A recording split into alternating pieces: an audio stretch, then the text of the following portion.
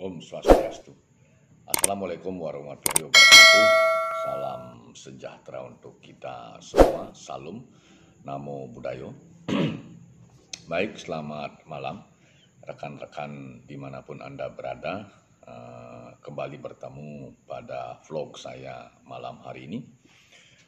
Dan saya akan melanjutkan menyampaikan catatan kritis saya, yaitu tentang satu isu yang menarik, meskipun mungkin agak terlambat, tetapi isu ini masih hangat, bahkan menjadi berita headline di salah satu majalah nasional, yaitu berkaitan dengan isu politik dinasti, di mana yang menjadi sorotan publik adalah majunya Gibran Rakabuming, putra Bapak Jokowi, untuk mencalonkan diri atau dicalonkan menjadi calon wali kota Solo pada pilkada beberapa bulan ke depan. Jadi politik dinasti ini menuai pro kontra di masyarakat. Kemudian salah satu kolega saya menyampaikan pesan inbox kepada saya. Dia meminta saya untuk menanggapi berkaitan dengan isu atau tema tentang politik dinasti, khususnya kasus yang fenomena, bukan kasus tetapi fenomena munculnya Gibran Rakabuming sebagai calon wali kota di Solo. Ada anggapan pro kontra tentang fenomena ini. Namun demikian, saya berupaya untuk mencermatinya, mengkajinya dari perspektif yang netral, perspektif akademis, perspektif ilmiah. Jadi tentunya ada beberapa referensi yang kita gunakan berkaitan dengan kemunculan Gibran sebagai calon wali kota di Solo itu. Karena beberapa waktu sebelumnya, mungkin tahun-tahun sebelumnya, pernah ada fenomena AHY, Agus Harimurti Yudhoyono juga mencalonkan diri sebagai gubernur di DKI Jakarta meskipun kalah pada perhelatan tersebut. Jadi berkaitan dengan munculnya Gibran ini, tentunya harus kita cermati dari beberapa perspektif berpikir. Yang pertama itu berasumsi, kemudian bernormatif. Sebelum bernormatif itu biasanya ada berita atau fakta. Jadi ada 4 sebenarnya tingkatan: bernormatif atau menggunakan perspektif legal formal, perspektif hukum.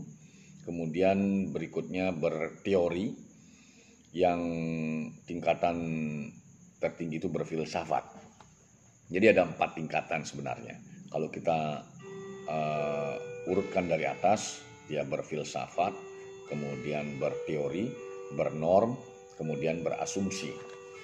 Nah tentunya keempat cara berpikir ini akan berbeda menyikapi perihal munculnya Gibran sebagai calon wali kota di Solo.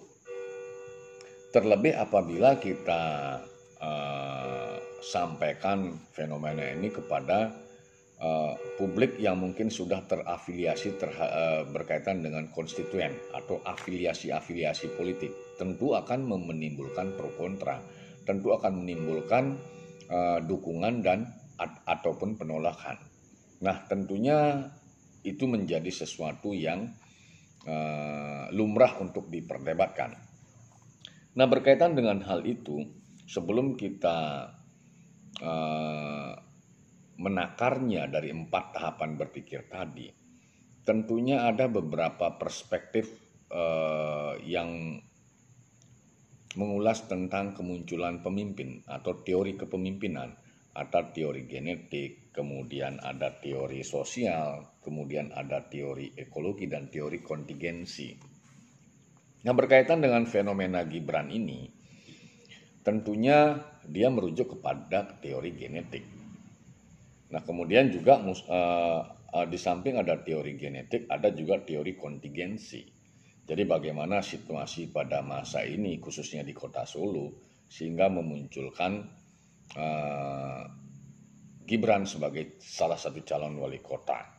Bahkan dukungan tersebut bisa dikatakan mayoritas dari partai-partai yang ada di parlemen. Referensi yang saya dapatkan hanya PKS yang belum menentukan pilihan di kota Solo itu. Nah, dari perspektif teoritis ini tentunya bisa juga kita ulas lebih dalam lagi bagaimana teori genetik dan teori kontingensi tersebut berkaitan dengan fenomena kemunculan Gibran itu. Nah, boleh kita masuk kepada fenomena di lapangan, khususnya di kota Solo. Bagaimana fenomena, nilai-nilai apa yang dianut oleh masyarakat di Solo berkaitan dengan suksesi kepemimpinan wali kota pada tahun ini di Solo. Nah, ini juga akan mempengaruhi bagaimana hasil yang akan terjadi pada tanggal 9 Desember nantinya. Fokus kepada tema ini, topik ini, munculnya Gibran yang dikatakan sebagai politik dinasti.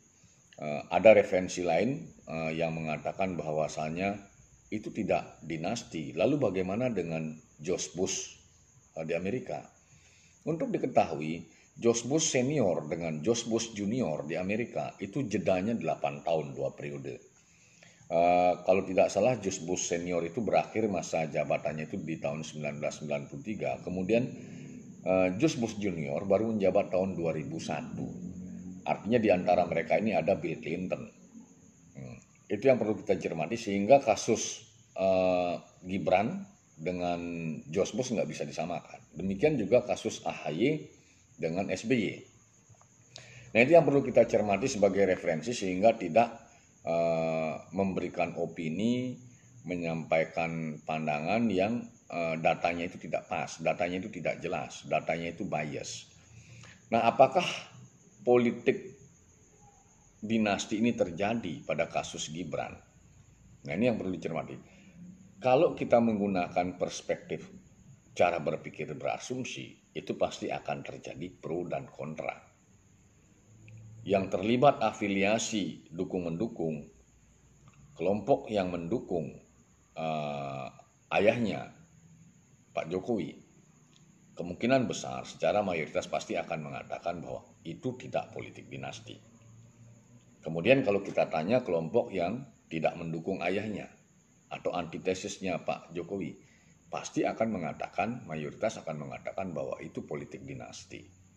Sehingga pada cara berpikir berasumsi ini tidak akan ada titik temu. Akan selalu terjadi pro dan kontra. Kemudian dari perspektif cara berpikir normatif atau legal. Sudah jelas aturan-aturan yang mengatur tentang pemilu kada termasuk pilpres juga. Ini jelas memberikan ruang yang sama. Jadi setiap orang yang memenuhi persyaratan berhak mencalonkan dirinya, termasuk Gibran. Jadi kalau kita konfrontir dengan cara berpikir normatif, jelas Gibran juga memiliki hak untuk mencalonkan diri. Ini harus dilepaskan dulu dari keberadaan orang tuanya atau ayahnya. Jadi secara normatif dia punya hak. Jadi politik dinasti yang disampaikan tadi tidak masuk di tataran cara berpikir normatif. Kemudian kalau kita naik lagi ke cara berpikir berteori atau teoritis. Genetik. Jadi fenomena yang terjadi sepanjang sejarah tidak hanya di Indonesia, tetapi sepanjang sejarah peradaban manusia hingga munculnya teori genetik ini juga bisa disimpulkan bahwasannya memenuhi syarat Gibran untuk mencalonkan dirinya karena genetik. Nah, ini permasalahannya praktek yang terjadi di lapangan itu terlepas dari permasalahan bagaimana impact atau dampak kepemimpinan orang tuanya. Itu beda hal. Jadi secara teoritis karena dia mempunyai genetik pemimpin, terbukti orang tuanya beberapa mulai dari menjabat sebagai wali kota, kemudian menjabat sebagai gubernur DKI, kemudian sekarang menjadi presiden. Jadi secara genetik dia memenuhi syarat dalam kategori teoritis ini.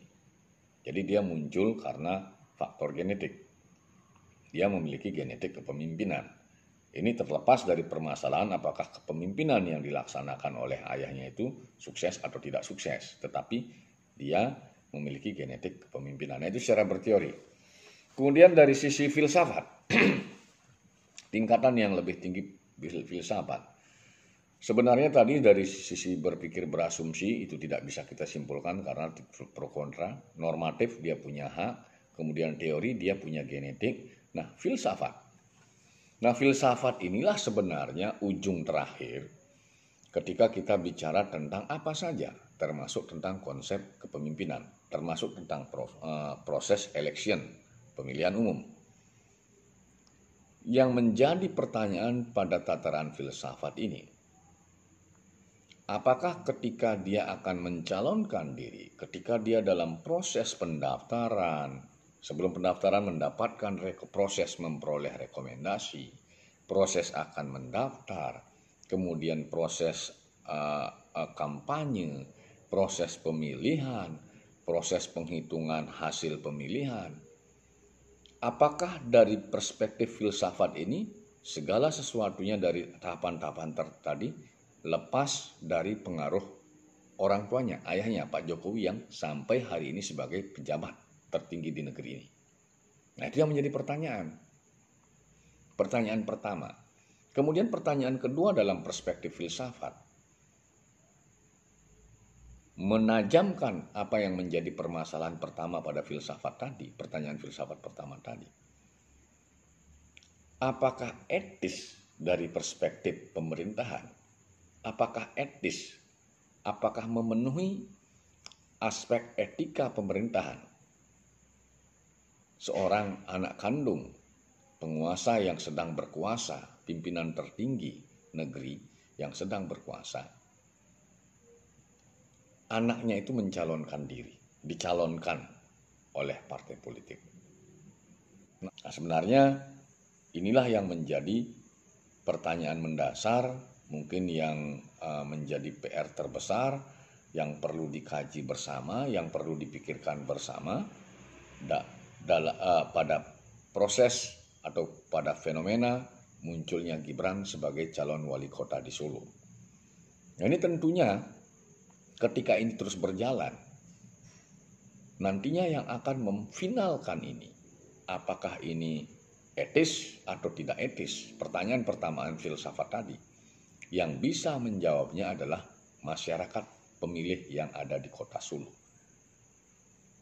Nah, itu pun jawaban masyarakat pada saat melakukan pencoblosan pada hari H, pada bulan Desember nanti, tanggal 9 Desember 2020 nanti. Hasilnya itu, pilihannya itu, apakah proses pemilihan yang dilakukan itu, masyarakat yang mempunyai hak pilih itu, masuk dalam kategori masyarakat yang berpengetahuan. Dan akan berbeda pula ketika masyarakat belum mayoritas berpengetahuan. Nah, ini yang perlu kita cermati. Tentunya jawaban-jawaban yang paling filosofis tadi hanya bisa dituntaskan, diberikan jawabannya oleh masyarakat pemilih yang ada di kota Solo. Nah, artinya pandangan secara akademis, dari cara berpikir berasumsi jelas, dari cara berpikir normatif jelas, berasumsi pasti masih terjadi pro kontra, saya ulangi lagi dia. Kemudian bernormatif, Gibran punya hak untuk melakukan itu, jadi tidak ada masalah. Dari sisi teoritis sudah tidak ada masalah, Gibran masuk dalam kategori teori genetik kepemimpinan dan teori kontingensi. Nah, yang menjadi pertanyaan adalah cara berpikir filsafat. Apakah fenomena munculnya Gibran ini memenuhi pemikiran-pemikiran cara berpikir filsafat, khususnya berkaitan dengan etika pemerintahan? Kita tidak bisa menjawab itu karena kita bukan warga Solo, dan yang bisa menjawab itu nantinya adalah masyarakat pemilih yang ada di kota Solo. Apakah ini masuk dalam kaidah etika pemerintahan atau tidak masuk dalam kaidah etika pemerintahan? Di sana kita akan mengetahui pula, di sana kita akan ingin lebih mengetahui pula apakah masyarakat pemilih di Kota Solo itu masuk kategori sebagai masyarakat berpengetahuan atau belum mayoritas berpengetahuan. Demikian jawaban saya berkaitan dengan politik dinasti yang ramai dibicarakan oleh masyarakat berkaitan dengan munculnya Gibran sebagai calon wali kota di Kota Solo. Demikian saya sampaikan vlog pada malam hari ini. Apabila dalam penyampaian tadi ada yang kurang berkenan, saya mohon maaf. Semua yang saya sampaikan tadi adalah murni perspektif dari kajian akademis atau ilmiah. Saya tutup vlog ini dengan menyampaikan Pramo Santi. Om Santi Santi Santi Om. Assalamualaikum warahmatullahi wabarakatuh. Salam sejahtera untuk kita semua. Salam.